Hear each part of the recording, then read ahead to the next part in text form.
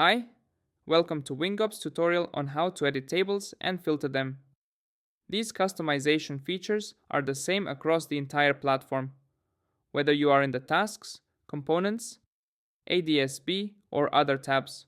For this demonstration, we will use the Tasks tab. This is the table we are going to be editing. To begin, locate and click the Customize Table button in the top right corner.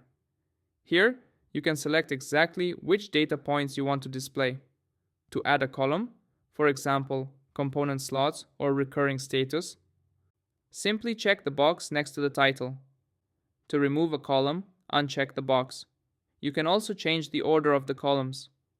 Hover over the title you wish to move, then drag and drop it into your desired position.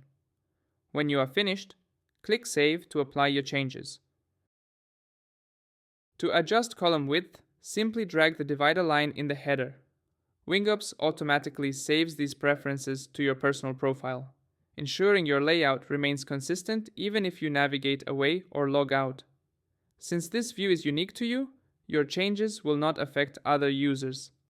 Finally, to filter your data, click the icon on the right side of the column header. From this menu, you can select the specific criteria you want to display. That is how you customize and manage your tables in Wingops. Thank you for watching.